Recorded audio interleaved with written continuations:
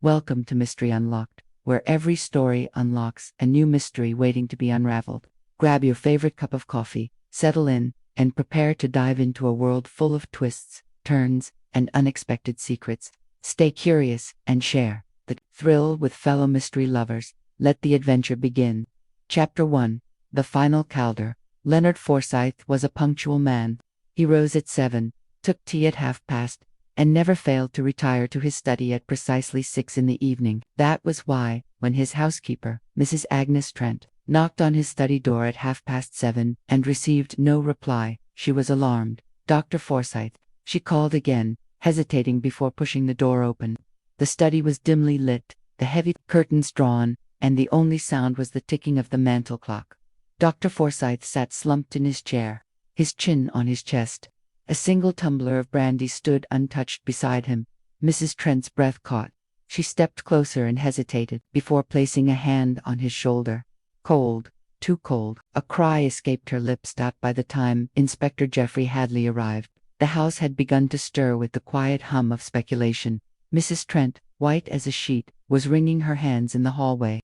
Natural causes, the doctor declared after a brief examination. Heart failure. He was an old man, after all. Inspector Hadley nodded, satisfied. We'll confirm with an autopsy, of course, but it seems straightforward.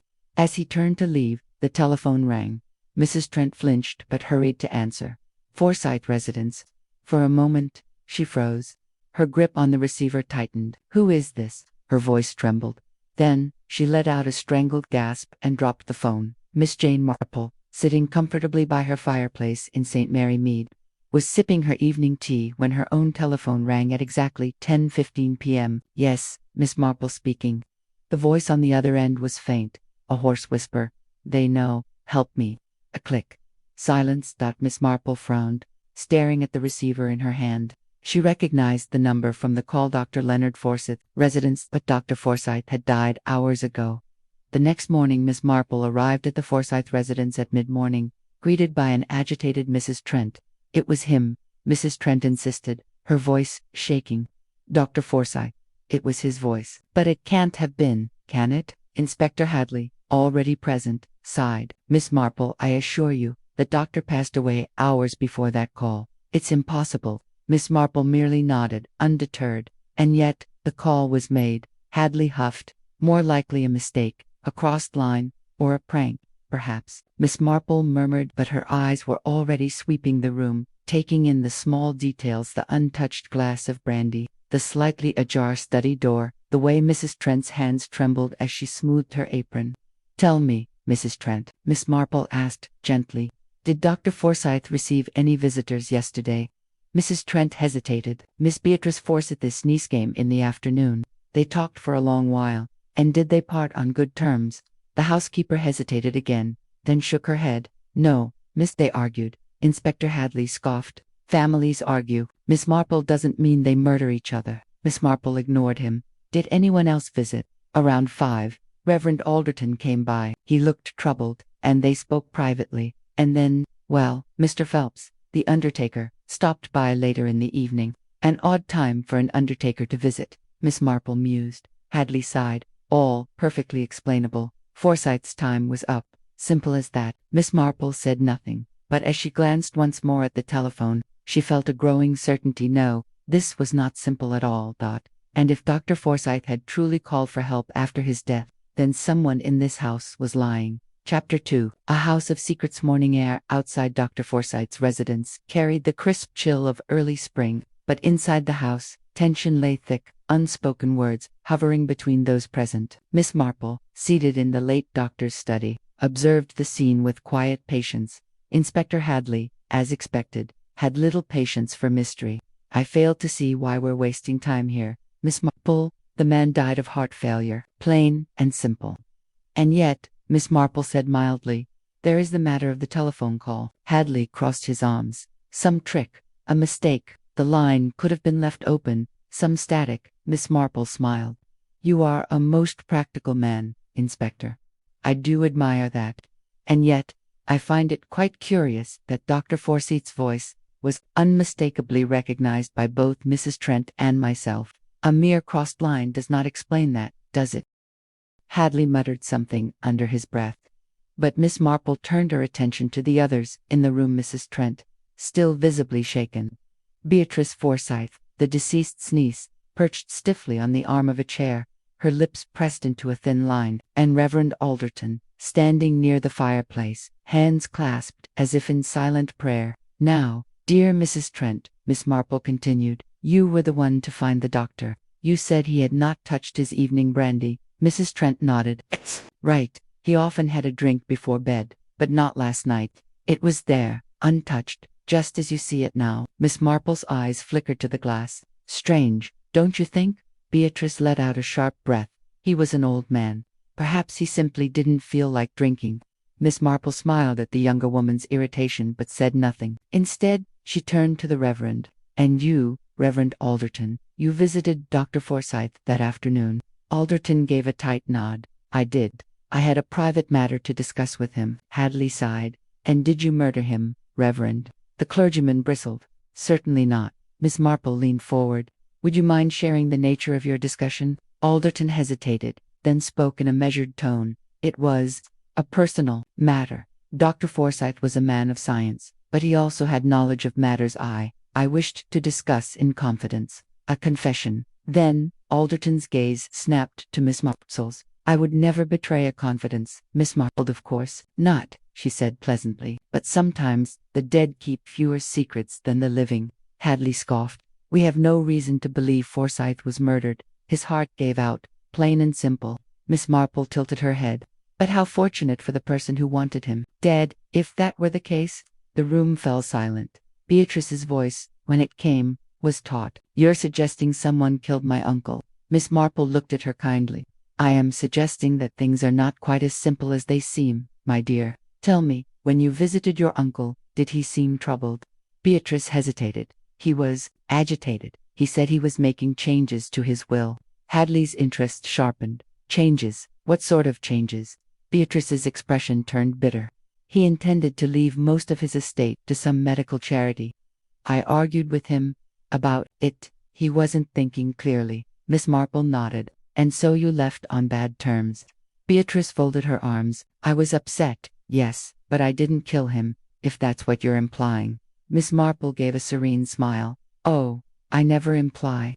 I only observe. A sharp knock at the door interrupted them. A constable entered, nodding to Hadley. Sir, we've got Mr. Phelps outside. He insists he needs to speak to you. Send him in, Hadley said.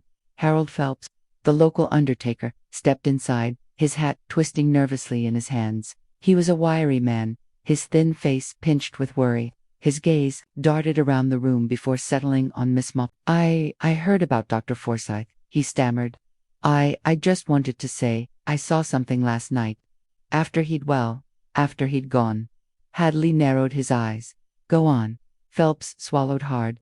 I was passing by after dark, and I saw a figure in this study. Thought it was odd, seeing as the doctor had already been. He hesitated. Well, already dead. Mrs. Trent let out a soft gasp. Hadley frowned. Are you sure? Phelps nodded rapidly. I know what I saw. Someone was in that room, near the telephone. It was late, after the doctor had been found. Miss Marple's eyes gleamed. Now that is most interesting. Beatrice scoffed. He's lying. Or mistaken, perhaps. Miss Marple said mildly. But tell me, Mr. Phelps, this figure you saw, was it someone you recognized? Phelps hesitated. I can't say for certain, but they were wearing dark clothing. Moved quickly, like they didn't want to be seen. Miss Marple sat back. So someone was in the study after the doctor had passed, perhaps even near the telephone. Hadley sighed. More likely just the housekeeper or one of the staff. But Mrs. Trent shook her head. No one should have been in there after the doctor was found. I was too frightened to even go near the room. Miss Marple clasped her hands together. How very curious. You see, Inspector, someone was in that room late last night. And if we are to believe Mr. Phelps, they were near the telephone. That, combined with the fact that I received a call from Dr. Forsyth's number, raises a most intriguing question. Hadley pinched the bridge of his nose. Which is, Miss Marple smiled, who used the telephone after Dr. Forsyth had died. And, more importantly, why? The room fell into uneasy silence. Outside, the church bells chimed the hour. A reminder. that time, much like the truth, never remained buried for long. Before we continue, we'd love to know where you're watching us from. Drop your city and country in the comments. Below. Chapter 3. The man who knew too much. Heavy stillness settled over the study, disturbed only by the ticking of the clock on the mantelpiece. Miss Marple sat with quiet composure, her sharp blue eyes flickering between the anxious faces in the room. Inspector Hadley, standing with his arms folded, exhaled sharply. "Well, what now?" he asked irritably. The undertaker sees a shadow. Miss Marple gets a mysterious phone call, and suddenly, we have a murder. I suppose next you'll be saying Forsyth was poisoned by his own brandy. Miss Marple merely smiled. You dismiss things too quickly, Inspector. The telephone call alone is odd, but combined with Mr. Phelps's testimony, I dare say there's something quite unnatural about Dr. Forsyth's passing. Phelps, still twisting his hat between his fingers, cleared his throat. "Begging your pardon, sir, but I know what I saw. Someone was in that study." Hadley sighed. "And you can't say who?" Phelps shook his head. "It was dark, but they were moving quick, like they knew they shouldn't be there." Miss Marple studied him. "And why were you passing by so late, Mr. Phelps?" The undertaker hesitated. I often take an evening stroll, you see. Helps clear my head." Hadley frowned. "A stroll that conveniently led past Forsyth's house on the night of his death." Phelps stiffened. "I wasn't snooping, just happened to notice something odd, that's all." Miss Marple's gaze was thoughtful. "And did you see anyone else about?" "No, miss. Just that shadow in this study." Miss Marple tapped a finger against her chin. "Then tell me, Mr. Phelps, why did you wait until this morning to speak up?" Phelps's hands clenched. I didn't want to get involved, but when I heard about the telephone call, I knew I had to say something." Hadley scowled. "And how did you hear about the call?" "The room, TENSED. Phelps licked his lips. "Small village, sir. Word travels." Miss Marple smiled faintly. "Indeed, it does." Beatrice Forsyth, who had been silent until now, suddenly stood. "This is ridiculous. My uncle was an old man, with a weak heart. He died of natural causes, and now we're standing around listening to an undertaker spin ghost stories." Miss Marple turned her gaze on her. "You were his closest relative, my dear. Did your uncle have any enemies?" Beatrice's lips pressed together. "Of course not." "And yet," Miss Marple continued gently, "he seemed troubled when you visited him, did he not?" Beatrice's fingers tightened around the back of her chair. "I told you, he was acting strangely, going on about his will." "Ah, yes." Miss Marple nodded. "And he argued with you about it?" Beatrice hesitated, then lifted her chin. "Yes. And why shouldn't he? I'm his family. It was absurd for him to leave everything to a medical charity, unless, of course," Miss Marple mused, "he had reason to believe his money was better used elsewhere." Beatrice's nostrils flared. "You're trying to make something of this, but you're wrong." Miss Marple simply smiled. Hadley rolled his eyes. "All right, enough of this. Phelps, unless you have anything else to add, you may go." Phelps gave a grateful nod and hurried from the room. Miss Marple waited until the door had shut behind him. Then she turned to Hadley. "He's lying." Hadley scoffed. "Of course he is. Everyone in this house is lying about something." Miss Marple chuckled. "Yes, but Mr. Phelps's particular lie interests me." Reverend Alderton, who had remained quiet throughout, cleared his throat. "And why is that, Miss Marple?" She smiled. "Because he's afraid, and fear, dear Reverend, is always based on something real." Beatrice let out a sharp laugh. "Perhaps he's just the nervous type." Miss Marple ignored her. "Did you know, Inspector, that Dr. Forsyth once falsified a death certificate?" Hadley stiffened. "What?" "It was many years ago," Miss Marple said mildly, "before he retired. A young woman had been presumed dead, but it later came out that she had not died at all." Beatrice frowned. "And what does that have to do with anything?" Miss Marple's eyes twinkled. "I wonder." Hadley looked annoyed. "So Forsyth made a mistake in his past. That doesn't mean he was murdered." "No," Miss Marple agreed. "But it may mean someone had cause to hold a grudge." Hadley muttered something under his breath. "And I suppose you think that's why Phelps was lurking around?" Miss Marple tilted her head. "It does seem curious, doesn't it?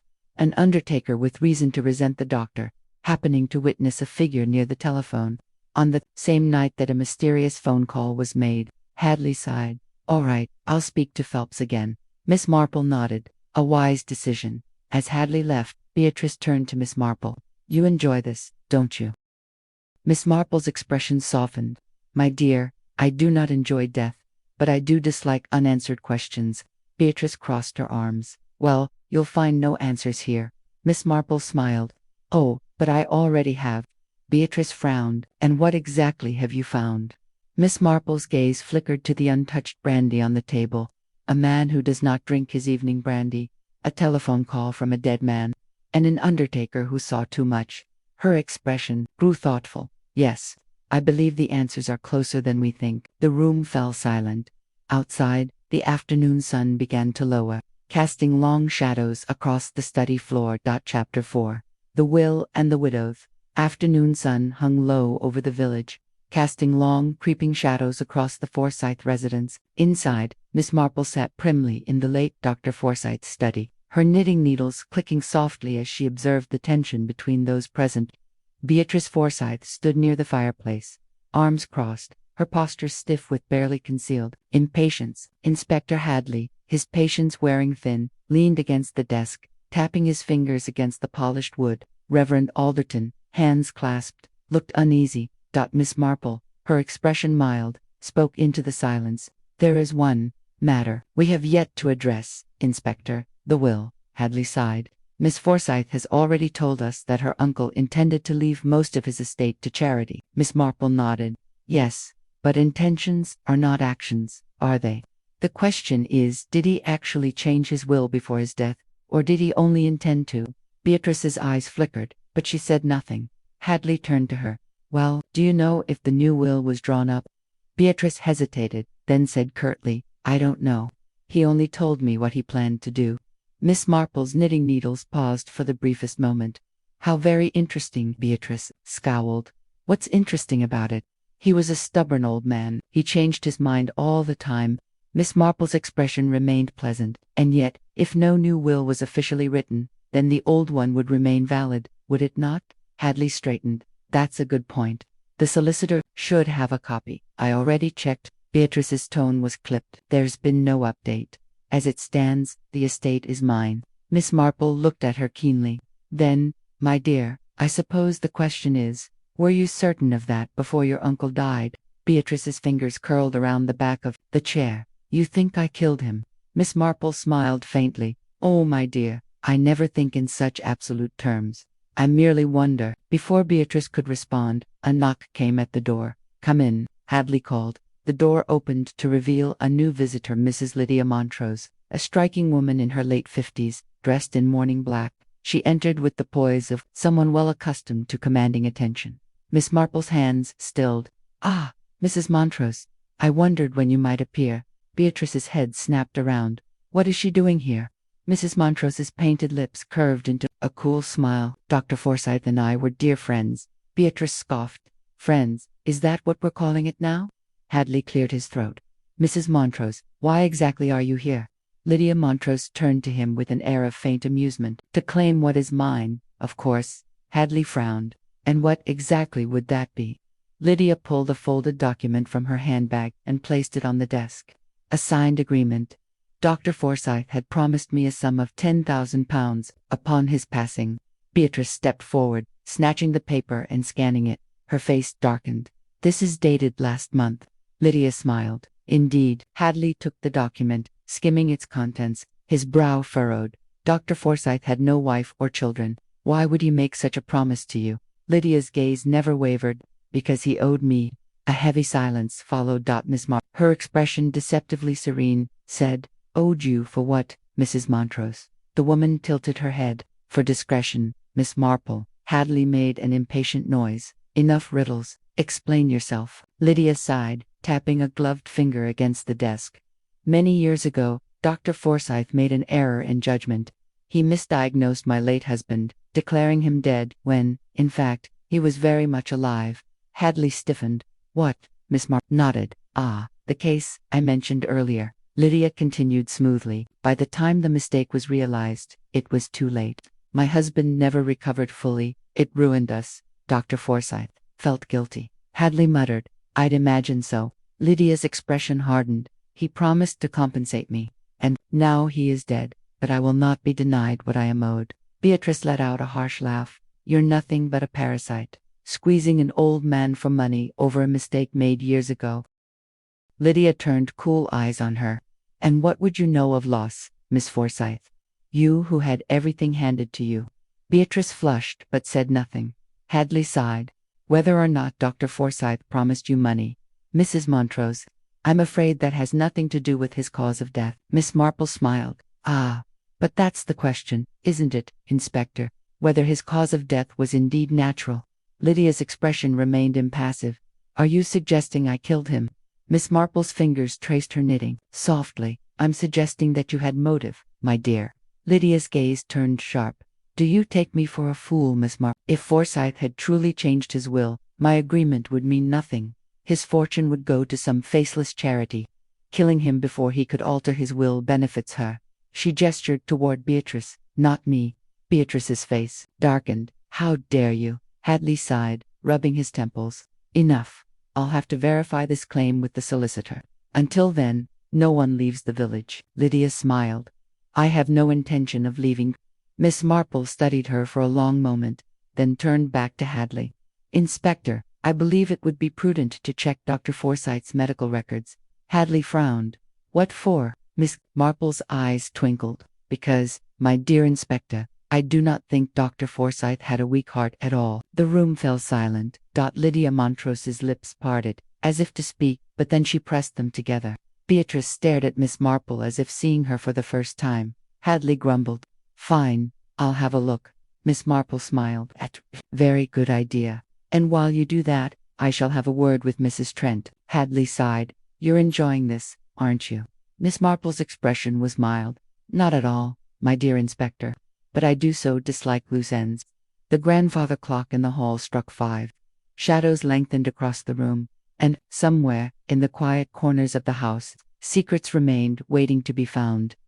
Chapter 5. The Housekeeper's Secret. Trent, the late Dr. Forsyth's housekeeper, lived in the small servants' quarters at the back of the house. It was a modest space, filled with the scent of lavender and polish. Miss Marple found her sitting stiffly in an armchair, hands folded tightly in her lap, her sharp eyes wary. Miss Marple, ever the picture of gentle curiosity, smiled warmly. A tragic thing, the doctor's passing. I imagine you were quite devoted to him. Mrs. Trent pursed her lips. I worked for Dr. Forsyth for 15 years. I ran his household, kept everything in order. Yes, I was devoted. Miss Marple's knitting needles clicked softly. Then, I dare say you knew all his habits. Mrs. Trent stiffened. I knew enough. Miss Marple nodded. Enough to know that he never drank his evening brandy. A flicker of something passed over Mrs. Trent's face. I don't know what you mean. Miss Marple's smile never faltered. Come now, my dear. A woman who runs a house as efficiently as you do would certainly notice something like that. Yet, the night he died, there was a glass of brandy left untouched on his desk. Mrs. Trent's fingers twitched in her lap. He must have forgotten it. Miss Marple studied her. Or he never intended to drink it. A silence settled between them. Finally, Mrs. Trent exhaled. Dr. Forsyth had a careful routine. Miss Marple, he never drank in the evenings. He suffered from stomach troubles. He always said spirits made them worse. Miss Marple's eyes twinkled. Then why was the brandy poured? Mrs. Trent hesitated. I don't know. Miss Marple gave a small, knowing nod. And yet, you were the one who found him. Mrs. Trent's face paled. Yes, was the glass there when you found him? Mrs. Trent's breath hitched. It was. Miss Marple leaned forward slightly. And did you notice anything else unusual? For a moment, it seemed as though Mrs. Trent might not answer. But then, her shoulders slumped. The telephone was off the hook. Miss Marple's knitting paused. Ah, Mrs. Trent wrung her hands. I didn't think much of it at the time. I just put it back in place. Miss Marple's lips pressed together. A small thing, but very telling. Mrs. Trent's gaze darted away. I wasn't thinking clearly. Seeing him like that, I panicked. Miss Marple nodded. Of course, my dear, but it does make one wonder if the telephone was off the hook when you found him. Who might he have been calling before he died? Mrs. Trent's hands gripped the edge of her apron. You think someone was with him? Miss Marple's eyes twinkled. Or perhaps he was trying to reach someone. The question is who? A knock sounded at the door, and Inspector Hadley stepped in, looking irritated. Miss Marple, are you interrogating the household staff now? Miss Marple smiled. Not at all, Inspector. Merely gathering information. Hadley sighed. Well, gather this. I've checked Dr. Forsyth's medical records. No history of heart disease. He wasn't the sort to drop dead from a weak heart. Mrs. Trent gasped. But that means, Hadley nodded grimly. That means we have a murder. Miss Marple's expression remained mild. I rather suspected as much. Hadley crossed his arms. We'll need to know exactly what he consumed that night. Mrs. Trent, what did he have for supper? Mrs. Trent swallowed hard. Just soup. And some bread. Nothing out of the ordinary. Hadley frowned. And the brandy? Mrs. Trent hesitated. I didn't pour it. Miss Marple's gaze sharpened. Then someone else did. Hadley let out a long breath. We'll send for a toxicology report, but I'd wager something was in that drink. Miss Marple tapped a finger against her knitting. It's a peculiar thing, isn't it? A poisoned drink left untouched, Hadley muttered, unless he suspected it. Miss Marple smiled. Or unless it was never meant for him in the first place. Mrs. Trent gasped. You think someone else was supposed to drink it? Miss Marple's knitting resumed. It's a possibility worth considering, Hadley groaned. That just complicates things. Miss Marple chuckled. Murders do tend to be rather inconvenient, Inspector. Hadley pinched the bridge of his nose. All right, we need to speak to Beatrice again. If Forsyth suspected something, she might know. Miss Marple stood. An excellent idea. And while you do that, Inspector, I shall have a word with Mrs. Montrose. Hadley frowned. Why? Miss Marple's expression was serene. Because, my dear Inspector, she looked rather surprised when she learned Dr. Forsyth had no history of heart disease. Hadley stared. You think she knew something? Miss Marple's smile was enigmatic.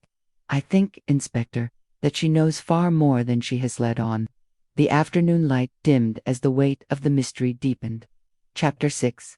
The Widows. Omission. Miss Marple found Mrs. Lydia Montrose in the small parlor of the village inn, sipping tea with an air of quiet triumph. The elegant widow was dressed impeccably in black, her eyes sharp as she regarded the elderly detective. Miss Marple, she said smoothly, setting her cup down. I suspected you might come calling.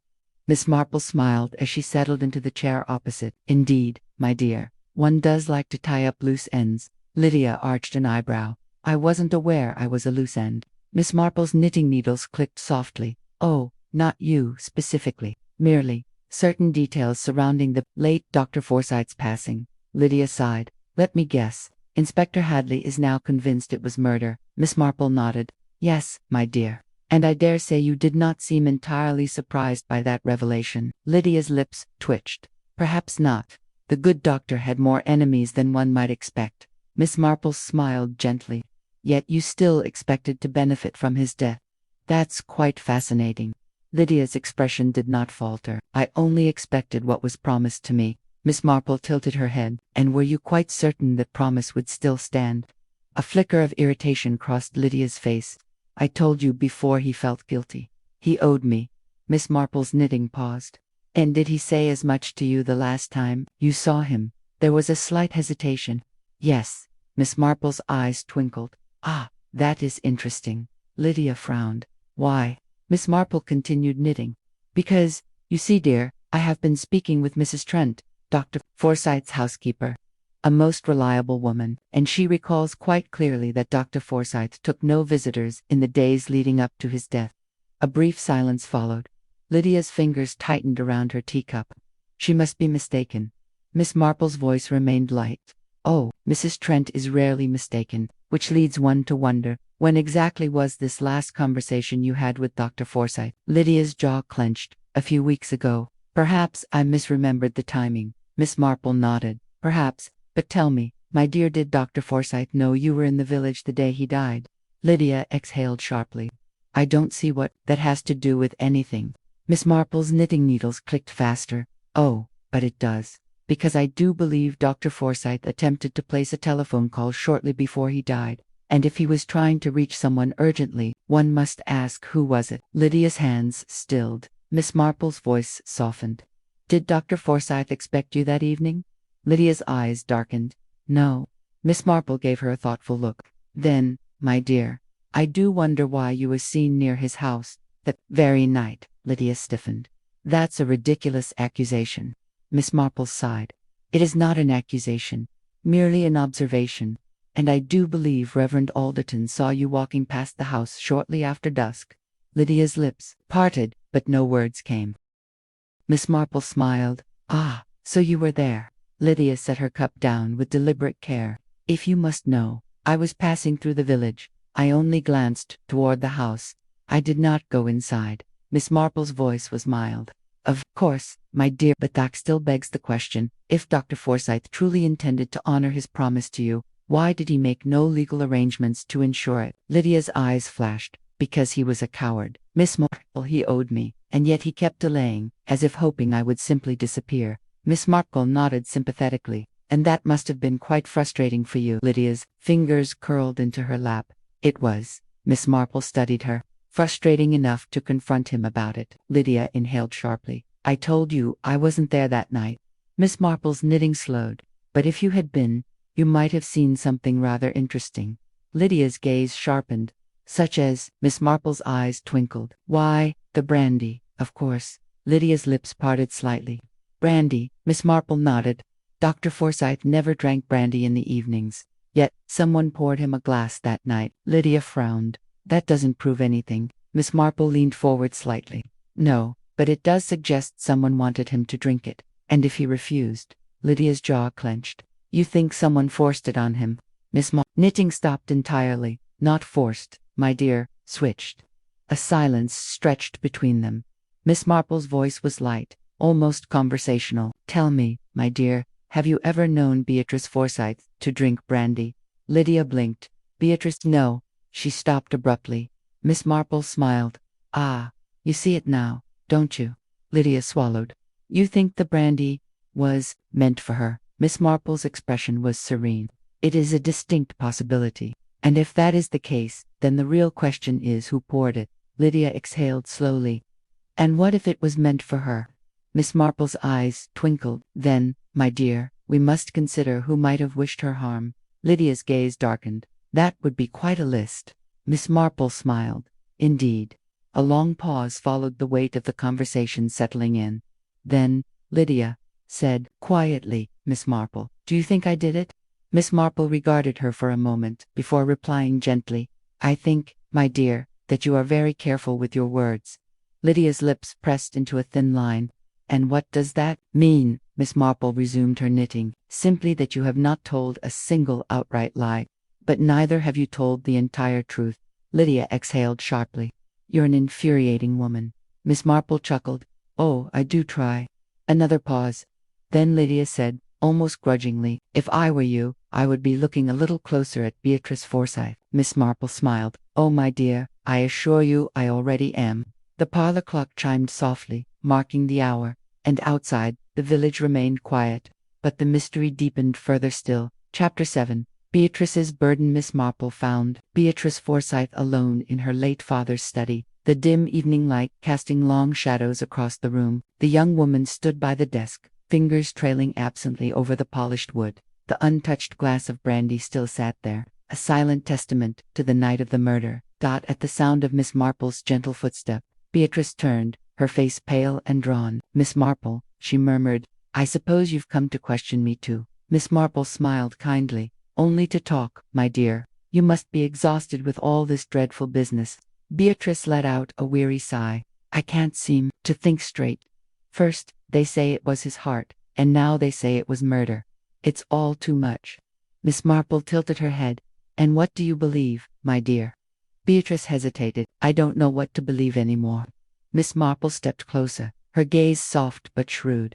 Tell me, Beatrice, did your father say anything peculiar in the days before his death? Beatrice frowned. He was preoccupied, worried, even, but he wouldn't tell me why.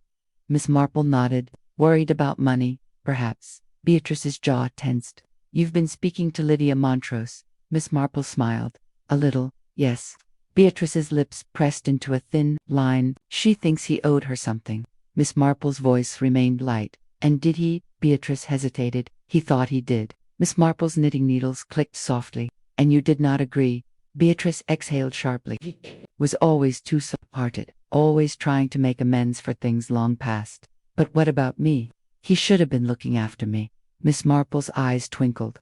And you were worried he might change his will?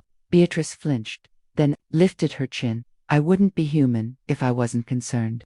But I didn't kill him, Miss Marple. Miss Marple studied her quietly. Beatrice, my dear, the brandy that was poured that night, did your father ever offer you a drink? Beatrice's eyes widened slightly. Why would you ask that? Miss Marple's voice was gentle. Because it is rather odd, don't you think? He never drank brandy at night, yet there it was, on his desk, poured, but untouched. Beatrice swallowed hard. I don't know what you mean. Miss Marple gave her a kind look. Beatrice dear, was the drink meant for you? Beatrice's face lost all color. A long silence stretched between them. Then, barely above a whisper, Beatrice said, I don't know. Miss Marple waited patiently. Beatrice's breath came shakily. That evening, we argued. He said things I didn't want to hear. And then, he offered me a drink. Miss Marple's knitting paused. He offered you the brandy. Beatrice nodded, her voice barely audible. Yes, he said. I looked pale, that it would help, but I refused. Miss Marple's lips pressed together. And did he seem uneasy after that? Beatrice shuddered. Yes, he watched me, like he was waiting for something. Miss Marple's eyes twinkled with understanding. And you didn't think to ask why? Beatrice let out a short, bitter laugh. I was too angry. I thought he was just playing his usual games. Miss Marple tilted her head. Games? Beatrice looked away. He liked to test people, to see if they would do what he expected. Miss Marple nodded thoughtfully. And if you had taken the drink? Beatrice's hands clenched. Then perhaps I would be dead instead. A heavy silence settled in the room. Finally, Miss Marple spoke, her voice soft but firm. Beatrice dear, I think your father knew something was terribly wrong. And I think, in his own way, he was trying to confirm it. Beatrice swallowed. You mean he suspected someone? Miss Marple nodded. Yes, my dear. And I believe he was testing you to see if you were the intended target. Beatrice's breath hitched. And when I didn't drink it, Miss Marple finished gently, he realized the danger was very real. Beatrice trembled. Then why didn't he do something? Miss Marple sighed. Perhaps he intended to. Perhaps that was why he reached for the telephone that night. Beatrice's face crumpled, but he didn't get the chance. Miss Marple's knitting resumed, the rhythmic clicking filling the silence. Then, softly, she asked, Beatrice, dear, who else knew your father was planning to change his will? Beatrice exhaled shakily. I don't know, but if he told me, it's possible others suspect it. Miss Marple gave her a knowing look. And did he tell his solicitor? Beatrice hesitated. He said he would, but I don't know if he actually did. Miss Marple smiled. Then I believe it is time we had a word with Mr. Pritchard. Beatrice looked up, confused. Mr. Pritchard, Miss Marple nodded. Your father's solicitor, my dear. If he was making changes to his will, Mr. Pritchard would know. And if someone was desperate to stop him, well, they might have taken drastic measures. Beatrice shivered. You think that's why he was killed? Miss Marple's voice was gentle. It is a possibility we must consider. Beatrice's shoulders slumped. I feel so lost. Miss Marple reached out and patted her hand kindly. Do not worry, my dear. The truth has a way of revealing itself. A knock at the door startled them both. Inspector Hadley strode in, his expression grim. Miss Marple, I've just received the toxicology report. Miss Marple knitting stopped, and Hadley exhaled sharply. The brandy was poisoned, just as you suspected. Beatrice gasped. Then I was the intended target. Hadley nodded. Seems that way. Miss Marple's eyes twinkled. Ah, but that means our murderer made a rather unfortunate mistake. Hadley frowned. What do you mean? Miss Marple smiled. Why, Inspector, they must have assumed Beatrice would drink the brandy. Hadley's eyes widened. And when she didn't?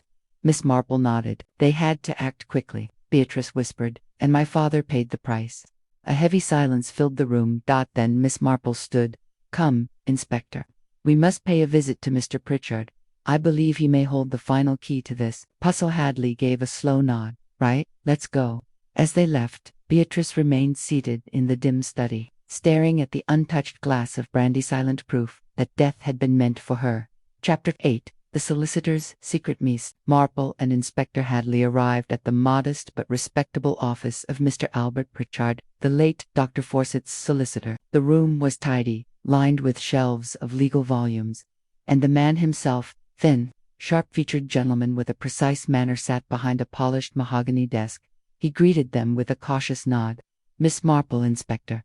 I had rather expected a visit." Hadley leaned forward. "I assume you've heard about Dr. Forsyth's murder." Pritchard adjusted his spectacles. "Indeed, a most distressing affair."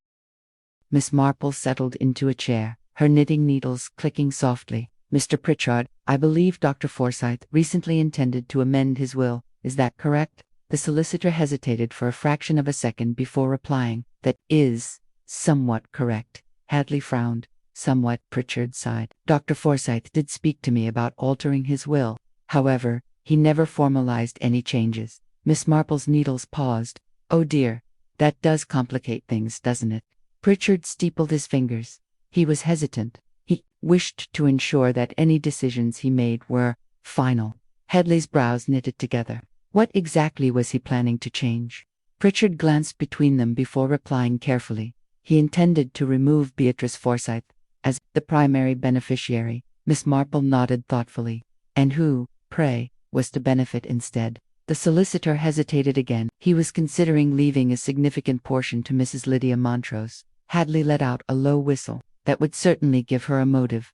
Miss Marple's eyes twinkled. "And was this decision entirely of Dr. Forsyth's own will?" Pritchard hesitated. He was conflicted. He felt a debt to Mrs. Montrose. "However, I must stress nothing was ever signed." Miss Marple's knitting resumed. "Which means, legally speaking, Miss Beatrice still inherits everything." Pritchard nodded. "Precisely." Hadley crossed his arms. "And who else knew about these potential changes?" Pritchard exhaled. "That I cannot say." But Dr. Forsyth was not a man who kept his thoughts entirely to himself. It is possible he mentioned it to someone. Miss Marple's eyes narrowed slightly. "Did he seem afraid, Mr. Pritchard?" The solicitor looked startled, afraid. Miss Marple smiled kindly. "Oh, not in a dramatic sense, but perhaps a little unsettled." Pritchard was silent for a moment before nodding. "Yes, now that you mention it, he did seem uneasy. He spoke of a mistake he needed to rectify." Hadley's eyes sharpened. "A mistake?" Pritchard pursed his lips. He did not elaborate. Miss Marple tapped her needles against her lap. "How very intriguing." Hadley leaned forward. "One more thing, Pritchard. On the night of the murder, Dr. Forsyth tried to make a phone call. Do you have any idea who he might have been trying to reach?" The solicitor frowned. I couldn't say for certain. But if he had urgent legal concerns, I suppose it could have been me." Miss Marple's gaze lingered on him. "And yet, he never got through." Pritchard's fingers drummed lightly against his desk. "No, he did not." A silence settled in the room. Then Miss Marple said softly, "I do wonder, Mr. Pritchard, what if Dr. Forsyth wasn't calling for legal advice at all? What if he was calling someone to warn them?" Pritchard's expression flickered, but he remained composed. "That is an interesting theory," Miss Marple Hadley exhaled. "We'll need to check the phone records, see if he managed to dial anyone." Miss Marple nodded. "Indeed. And in the meantime, Mr. Pritchard, do let us know if you recall anything else of importance." Pritchard inclined his head. "Of course, Miss Marpleton, unwanted visitors." Miss Marpleton Hadley stepped out of the solicitor's office. The late afternoon air carried the faint scent of rain. Hadley grumbled. So, Beatrice was about to be cut off, and Lydia stood to gain. "We've got two very clear motives." Miss Marple's eyes twinkled. "Yes, but dear Inspector, we must be careful not to assume too much. There is still something quite off about the whole affair." Hadley sighed. "You think we're missing something?" Miss Marple nodded. "Oh, most assuredly." As they turned onto the main road, a sudden voice called after them, "Miss Marple." They turned to see Reverend Alderton hurrying towards them, his expression troubled. "Miss Marple, Inspector Hadley, I must speak with you at once." Miss Marple smiled gently. "Of course, dear Reverend. What is the matter?" The vicar glanced around nervously. I wasn't sure if I should say anything, but I believe I saw something the night Dr. Forsyth died." Hadley's posture straightened. "Go on." Reverend Alderton hesitated, then said quietly, "I was returning from a parish visit when I passed by the Forsyth house. The lights were on, and I noticed a shadow move across the upstairs window." Hadley frowned, and the vicar swallowed. "It wasn't Dr. Forsyth." Miss Marple's eyes gleamed. "You are quite certain?"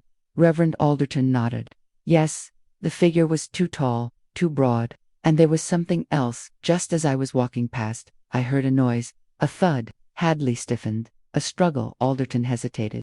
Possibly, or something falling. Miss Marple's knitting resumed. Oh my, that does change things, doesn't it? Hadley muttered. If someone was inside before Forsyth died, then maybe the poisoning wasn't the only attempt on his life. Miss Marple nodded. Indeed, and if Dr. Forsyth realized too late who he was dealing with, well, that might explain why he never finished that phone call. A tense silence followed. Then Hadley said grimly, "It's time we had another word with Beatrice Forsyth and Lydia Montrose." Miss Marple smiled.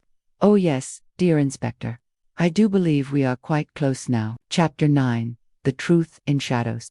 Evening air had grown thick with the scent of damp earth as Miss Marple and Inspector Hadley approached Forsyth House once more. The village lay quiet, the last of the shopkeepers drawing their shutters down, but within these still streets lurked the weight of secrets waiting to be uncovered.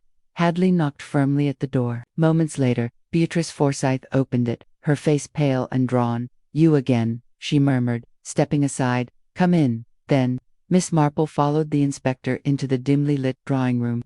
The room felt strangely heavier than before, as if the house itself was beginning to buckle under the strain of suspicion. Hadley wasted no time. "Beatrice, Reverend Alderton says he saw a shadow in the house the night your father died." "A man's shadow." Beatrice's face flickered with something unreadable. "A man." Miss Marple's eyes twinkled. "Yes, my dear, and it seems very likely that whoever it was might have been there before your father died." Beatrice swallowed.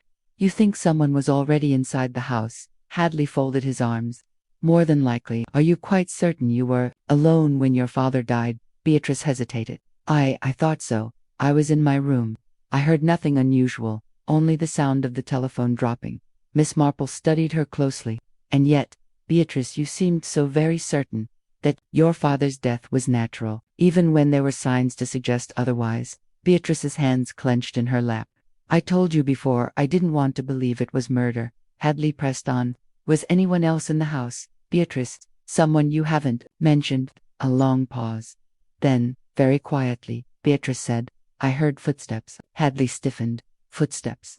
Beatrice nodded, staring at the carpet. "After my father fell silent, I thought I heard someone moving downstairs, but when I looked, there was no one."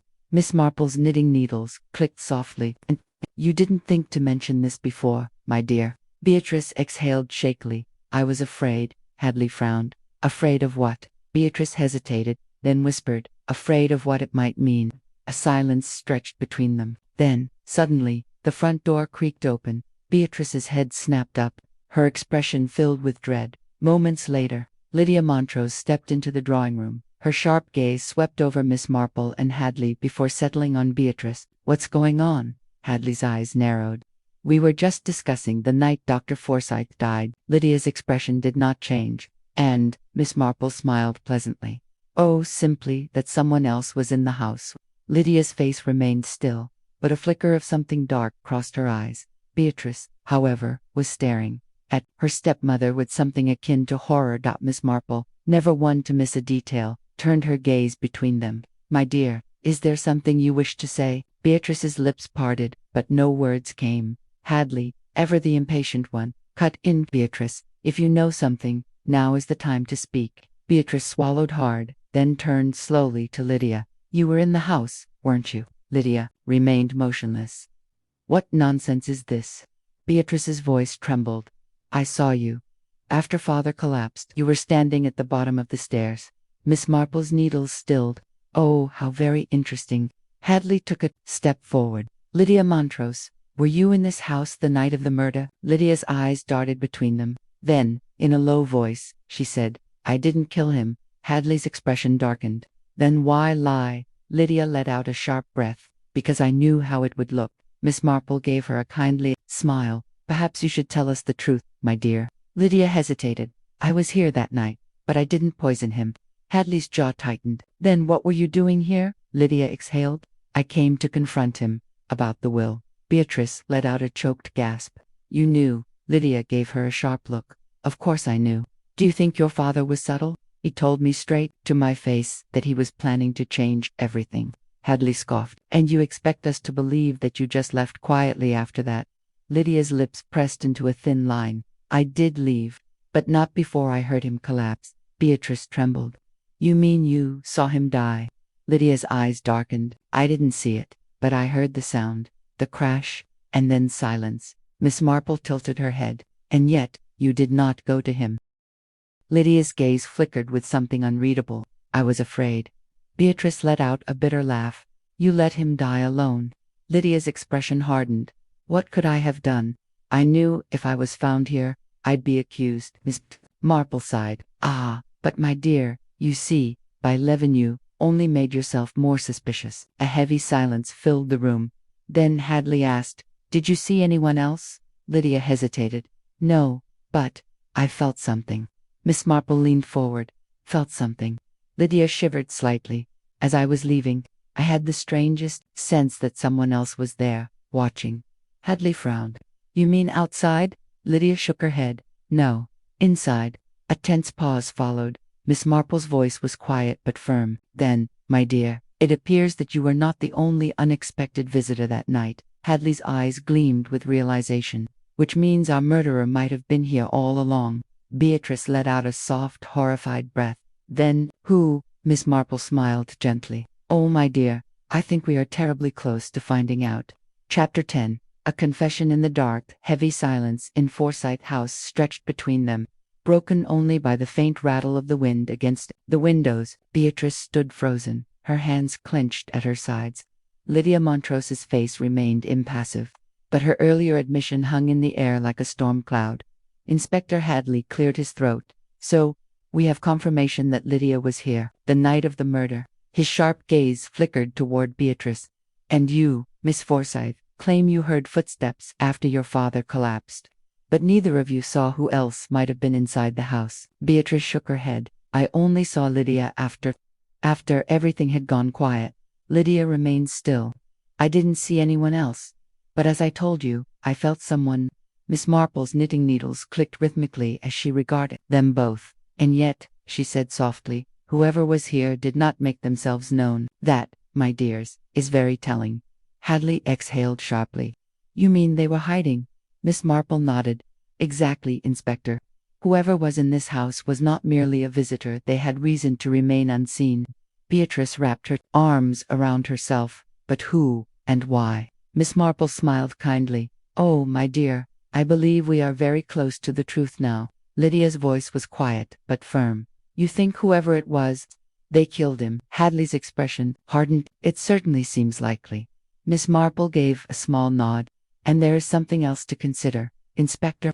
If Dr. Forsyth was already feeling unwell, as we suspect, and if he knew who was in the house, she let the words hang in the air, delicate yet pointed.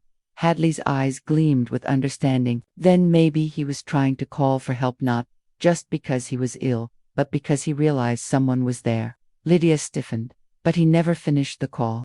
Miss Marple's gaze sharpened. No, which suggests that he either collapsed before he could speak, or that someone stopped him. A heavy silence followed. Then, suddenly, from the hallway outside the drawing room, there was the sound of movement. A slow, deliberate step on the wooden floorboards. Hadley turned sharply. Who's there? No answer. Beatrice's breath hitched. Someone's listening. Miss Marple, however, remained perfectly calm. She set aside her knitting and stood, smoothing down her cardigan. Ah, she murmured. I do believe we are about to have a most illuminating conversation.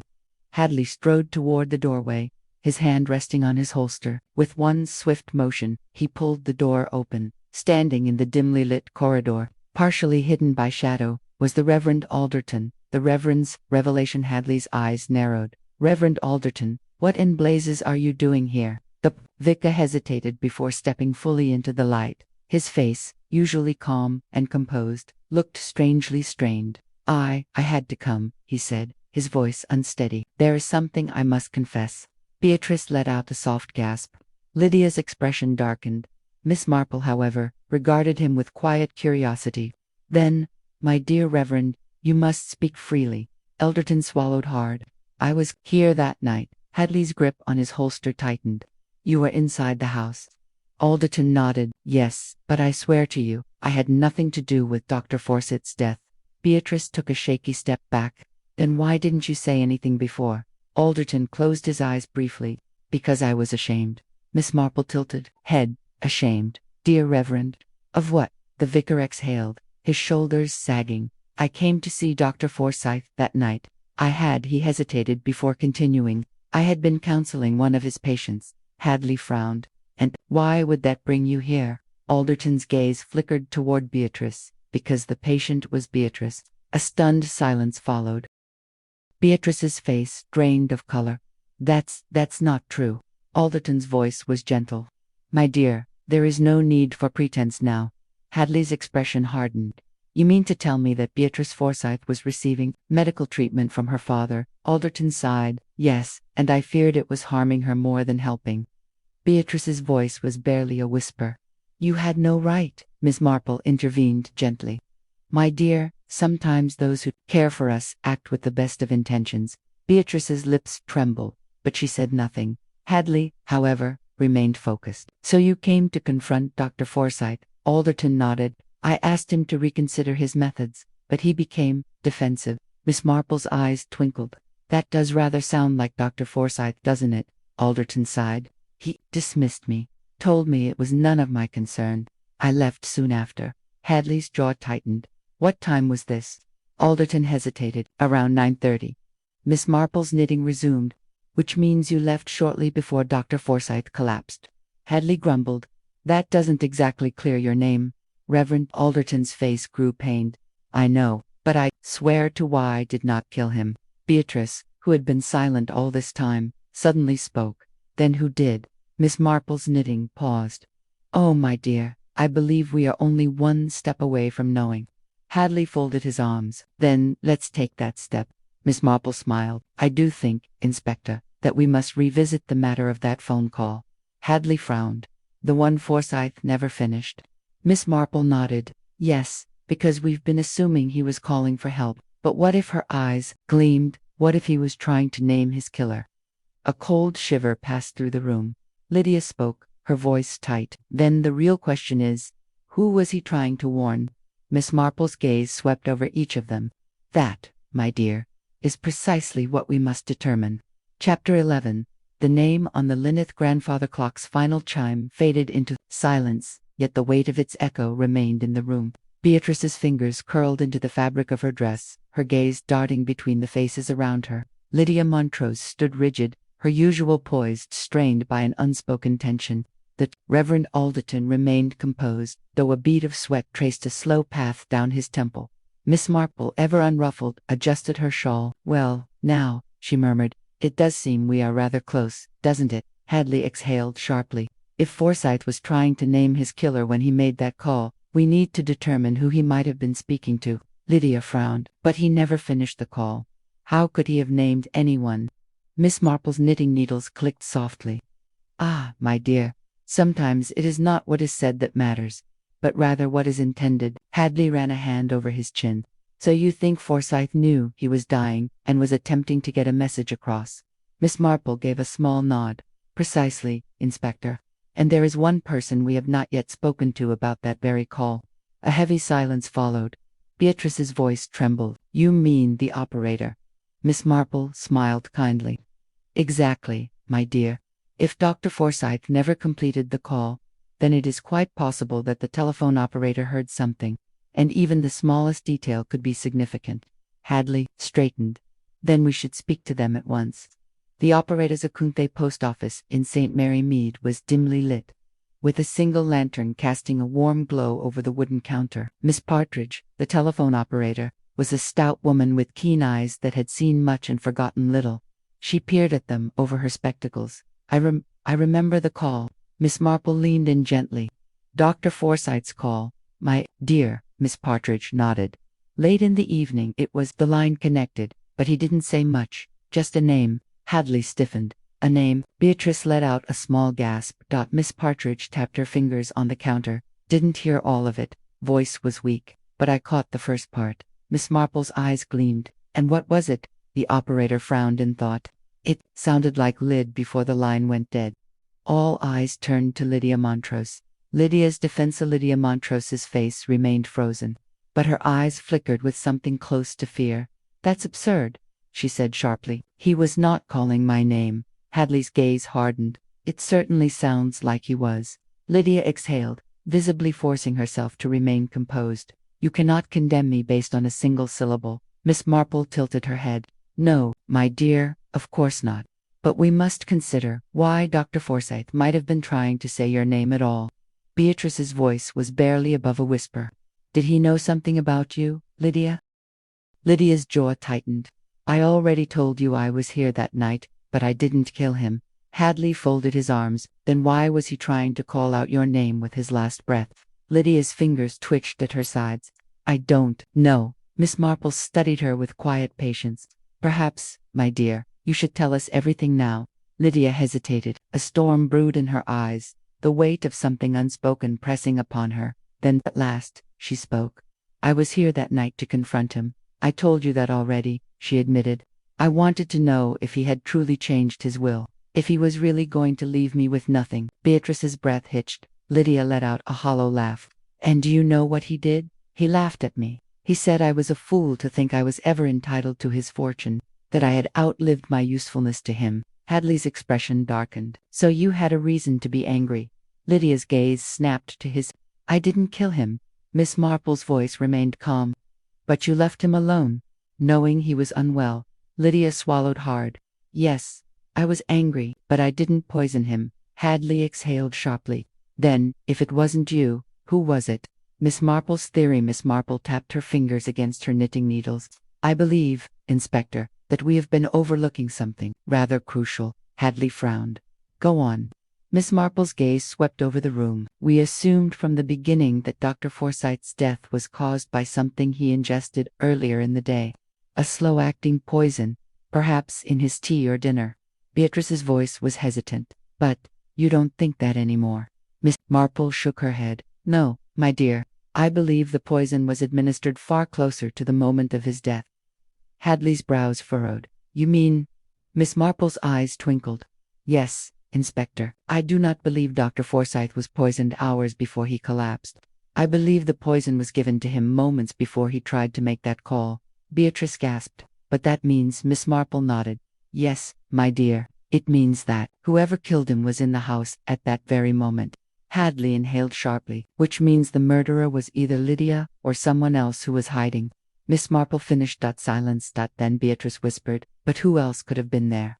Miss Marple turned to the operator. Miss Partridge, are you quite certain that the name Dr. Forsyth tried to say was Lydia? Miss Partridge frowned.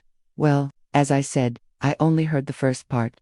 Miss Marple's voice was gentle but firm. Are you sure it was not something else? Something very similar? A pause. Then Miss Partridge's eyes widened.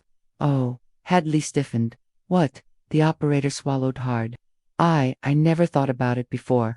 But now that you mention it, it could have been Lyd or. She trailed off. Miss Marple nodded. Or lie. Something else entirely. Hadley's expression turned sharp. Then that means. Miss Marple smiled softly. Yes, Inspector. I do believe we have been looking at the wrong person entirely. Chapter 12. The murderer. Revelate. A hush fell over the room. Every eye turned toward the doorway, where a figure lingered just beyond the threshold. The dim light from the hall barely touched their face, but there was no mistaking the tension in their stance. Miss Marple folded her hands neatly in her lap, her knitting forgotten. Ah, she said softly. I was wondering when you might show yourself. The figure hesitated before stepping fully into view. It was Reverend Alderton.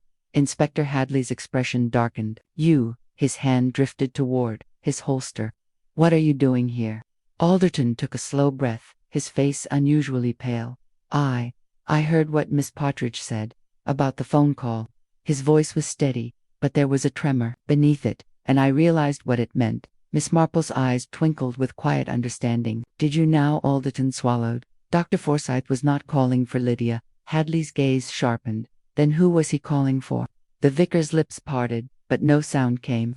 His fingers curled tightly around the fabric of his coat. Beatrice whispered, he was calling you, wasn't he? Silence. Then, softly Alderton exhaled. Yes. A collective gasp swept through the room. Lydia Montrose's hands clenched at her sides. You were there, she accused. You were in the house. Alderton nodded stiffly. Yes. Miss Marple's voice remained gentle. And I suspect my dear Reverend, that you were not merely a passing visitor that evening. Alderton's shoulders sagged, the weight of the moment pressing down upon him. No, Miss Marple, I was not. Hadley stepped forward, his expression cold. Are you confessing? Alderton looked down at his hands. When he spoke again, his voice was hollow. Yes, Inspector. I killed Dr. Forsyth. The poison and the phone call. Beatrice let out a choked gasp. Why? Alderton closed his eyes for a brief moment before looking at her. Because he was a monster, Miss Forsyth. You, more than anyone, should know that. Beatrice flinched. Hadley's voice was sharp. Explain yourself, Alderton. Alderton inhaled slowly. I had been visiting Beatrice. She confided in me, told me what her father had been doing. The treatments, the manipulations. He was not a man of medicine. He was a man who enjoyed control. Miss Marple gave a quiet nod. Go on, Alderton. Fingers twitched. I confronted him that night. I told him to stop. He laughed at me, called me a meddler, said Beatrice would never be free of him, that he had her under his thumb. Beatrice's lip trembled. I lost my temper, admitted. I had brought a flask with me. I always carry it, but that night, I had something in it. A poison. A small amount, just enough to make him ill. I wanted him to suffer, to feel weak, as he had made others feel. Hadley's voice was like steel. But you miscalculated. Alderton nodded, shadow of regret in his eyes. Yes, he was already unwell. His heart was weaker than I realized. The poison took hold far quicker than I expected. Miss Marple sighed, and when he collapsed, he reached for the phone. He was trying to call for help. Alderton's voice was almost a whisper. Yes, but not just for help. He was trying to name me. Hadley shook his head. And you stood there and let him die. Alderton's voice cracked. I panicked. I took the flask and fled. I thought it would look natural. A weak heart. A simple failure of the body. He laughed bitterly. But then that blasted phone call came to light. Miss Marple's tone was kind, but firm. And you realized that if the operator had heard even a portion of his words, you might be caught. Alderton nodded. Yes. Hadley's expression was grim. You do realize, Alderton, that a jury will not be kind to you. Alderton gave a weary smile. I do, Inspector. But at least Beatrice is free now. A silence settled over them all. The resolution Hadley signaled to one of his constables. Take him into custody. Alderton did not resist as the handcuffs clicked around his wrists. He met Beatrice's gaze for a long moment before allowing himself to be led away. Lydia let out a long breath. Well, she muttered, that was rather dramatic. Miss Marple gave her a knowing look. Justice, my dear, often is. Beatrice wiped at her eyes. I don't know how to feel. Miss Marple reached out and patted her hand. In time, my dear, you will find clarity. Hadley rubbed his temples. I suppose I should thank you, Miss Marple, yet again. Miss Marple smiled. Oh, Inspector, it was all quite obvious in the end, wasn't it? Hadley sighed. If you say so. Miss Marple picked up her knitting once more. Oh, I do. And with that, the mystery was solved. Thank you for tuning in to Mystery Unlocked. If you enjoyed the intrigue, suspense, and the thrill of the chase, don't forget to subscribe and hit the bell icon. Stay updated on more captivating detective adventures that will keep you at the edge of your seat. Your support makes it possible to continue bringing these stories to life. Keep the mysteries alive until next time.